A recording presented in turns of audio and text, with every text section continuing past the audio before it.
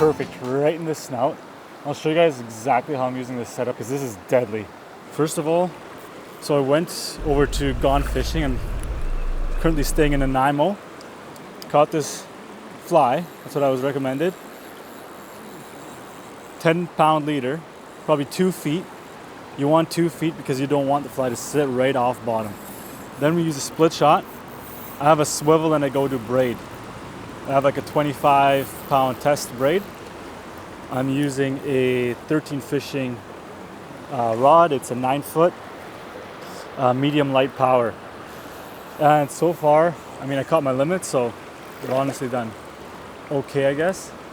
But this is what I'm using. The pinks are just crazy a number right now. I'll show you guys some GoPro footage.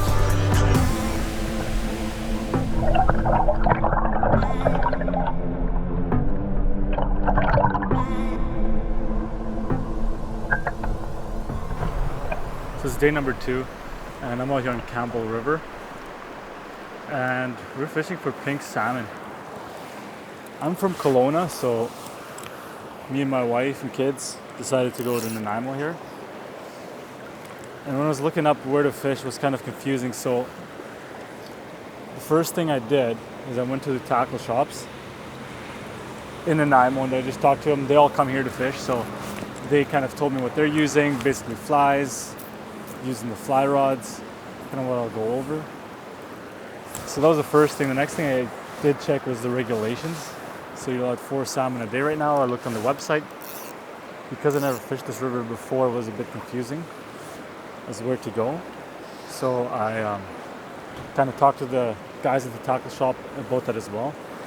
And they kind of directed me where to go. So just like that, got another one on.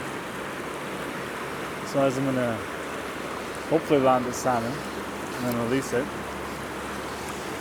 I'm gonna talk about it. I'm using this 6-weight fly rod. It's a Redington path. This is not optimal. I'd probably use like an 8-weight, so you're not bugging other people in the river. There's also potential you're gonna foul hook these fish because there's so many of these fish here. Your hook just drops. Just using a pink fly. There he dumps. And there he goes. He's angry. Just keep the rod tip up. Let the rod do the job.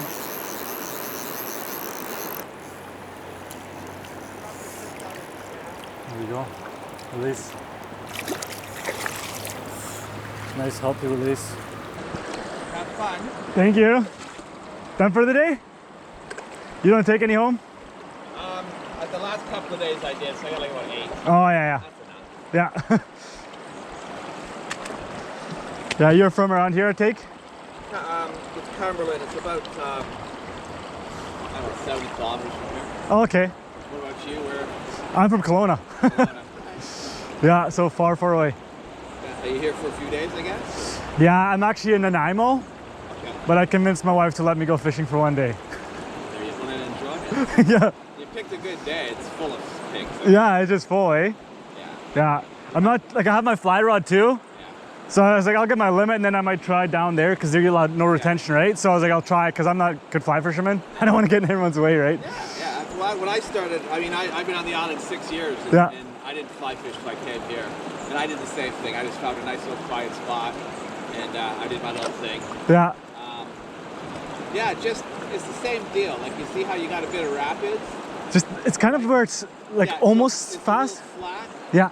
So what happens is the pinks, okay, so there's 2 big fish that go up now. There's the Chinook, Yeah. which you don't want to get on because they're 40, 50 pounds. Yeah. They'll fool you. Yeah.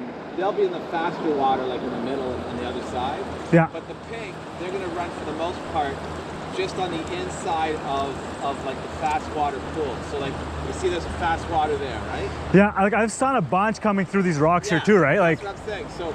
So instead of running the fast water, they like to run just on the inside of it. So they're see the 2 rocks? Yeah. They're running both sides of those 2 rocks, and they're running up with this little pool of water. Yeah. And they're going right up there.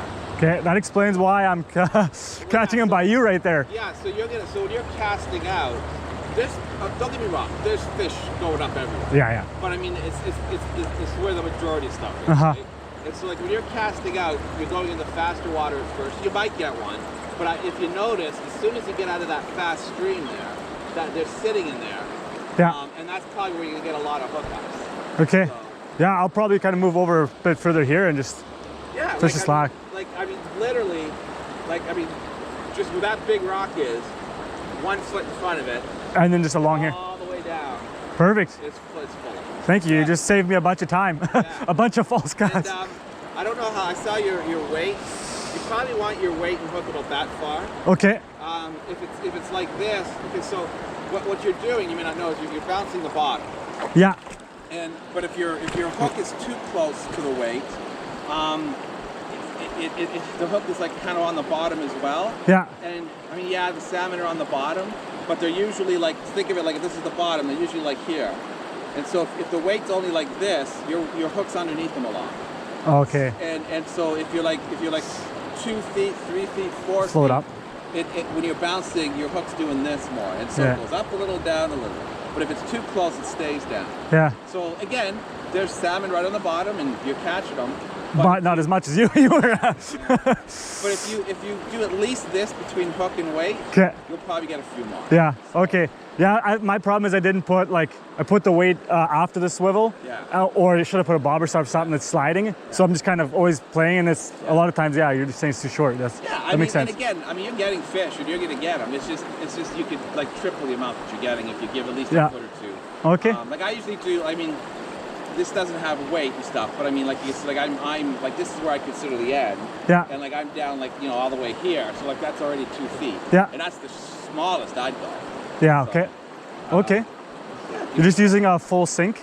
Yeah, it's a full. I mean, the yellow's a float.